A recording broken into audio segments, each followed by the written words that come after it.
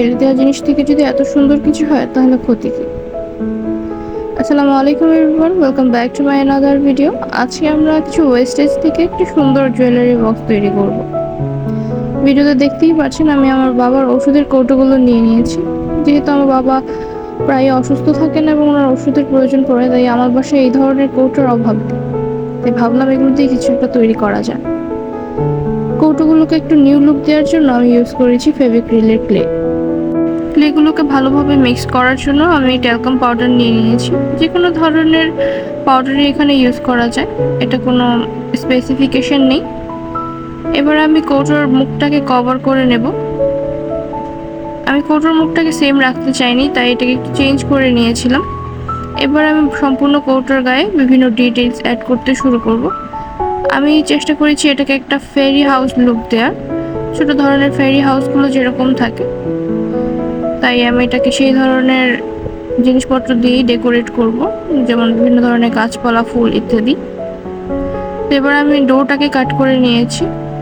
Air dry ক্লেগুলো খুব তাড়াতাড়ি শুকিয়ে যায়, খুব বেশি সময় এটাকে বাইরে রাখা যায় না, আর শুকিয়ে গেলে এটা দিয়ে কাজ করতে অনেক বেশি কষ্ট হয়। তাই আমি যত সম্ভব চেষ্টা করছিলাম তাড়াতাড়ি কাজ করার। আমার নিচের সারফেসটাও আমি চেঞ্জ করে নিয়েছিলাম, কারণ নিচের সারফেসটা অনেক বেশি শেক করছিল, যাতে ভিডিও একদমই ভালো আসছিল না।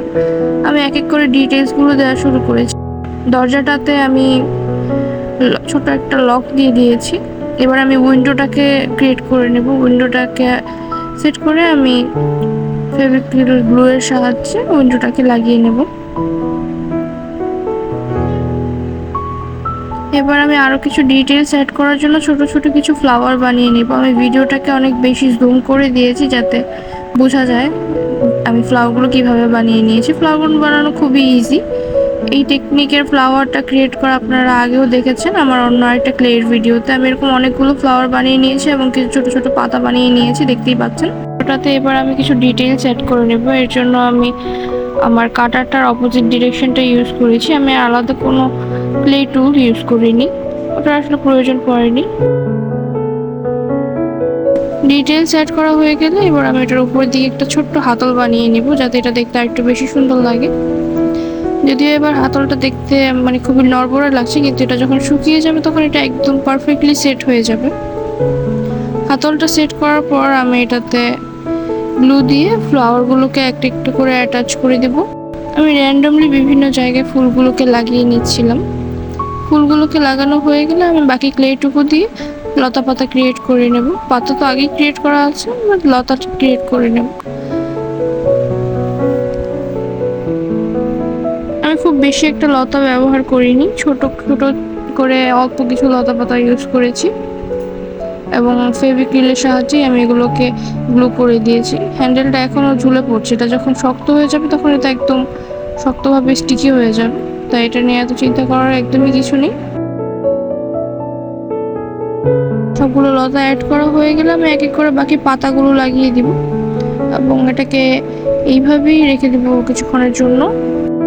এবার আমি আরও কিছু ডিটেলস অ্যাড করে নেব এটাতে, যাতে স্পষ্টভাবে বোঝা যায়। তার জন্য আমি ক্যামেরা ভিউটা আবারও একটু চেঞ্জ করে দিচ্ছি।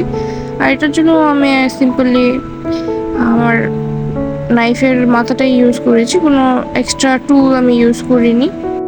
ডিটেলস অ্যাড করা হয়ে গেলে এটাকে আমি কিছু সময়ের জন্য শুকাতে রেখে দেবো এবং এরপর এটাতে আমি কালার অ্যাড করা শুরু করব। আমি কিভাবে কালার করছি সেটা যাতে ভালোভাবে বোঝা যায়, এজন্য আমি ক্যামেরা অ্যাঙ্গেলটা অনেকটাই চেঞ্জ করে দিয়েছি। আশা করি বুঝতে কোনো প্রবলেম হবে না। শুরুতেই আমি নিয়ে নিব সাদা রং। যে কোনো ধরনের কালার করার আগেই সাদা রংটা আগে পেইন্ট করে নিলে দেখা যায় যে অন্যান্য কালারগুলো খুব ভালোভাবে ফুটে ওঠে। এর আগে আমার অনেকগুলো সাদা রং ওয়েস্ট হয়েছে, তাই আমি এবার খুবই অল্প পরিমাণে কিছু সাদা রং নিয়ে নিয়েছি। এবার আমি পুরোটাকেই সাদা রং করে নেব।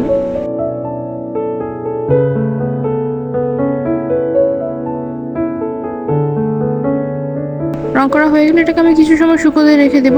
শুকিয়ে যাওয়ার পর দেখতেই পাচ্ছেন যেটার উপরের দিকের হ্যান্ডেলটাও একদম শক্ত হয়ে গেছে এবং রংটাও একদম প্রপারলি শুকিয়ে গেছে। এটাতে আমি আমার মনের মতো কিছু কালার করে নেব। আমি বেসিক সারফেসটাকে রেখেছি ব্রাউন কালারের। ব্যাকগ্রাউন্ড কালার করা হয়ে গেলে আমি পাতাগুলোকে একটু সবুজ কালার দিয়ে কালার করে নিয়েছি। আমার ক্যামেরা বন্ধ ছিল, এই জিনিসটা আমি একদমই খেয়াল করিনি। পাতা এবং লতাগুলোকে কালার করার জন্য আমি দুই ধরনের কালার ইউজ করেছি, গ্রিনের মধ্যে দুইটা শেড ইউজ করেছি। লতা পাতাগুলো কালার হয়ে গেলে আমি ফুলগুলোকে বিভিন্ন কালার করে নিয়েছি। এটা আসলে আমি ভিডিও করতে ভুলে গিয়েছি, আমার ক্যামেরা কখন অফ ছিল আমি খেয়ালই করিনি। তো তারপরে এটাতে আমি কিছু মিরর ওয়ার্ক করে নিয়েছি, মিরর দিয়ে এটাকে একটু ডিজাইন করে নিয়েছি। এটা দেখতে এখন টোটাল ফাইনালি লুক ছিল এরকম। আশা করি আপনাদের সবার ভিডিওটি ভালো লেগেছে। কোনো প্রকার প্রশ্ন থাকলে অবশ্যই আমাকে কমেন্টে জানিয়ে দিবেন। আজকের মতো এইটুকুই, দেখা হবে পরের ভিডিওতে। আল্লাহ হাফেজ।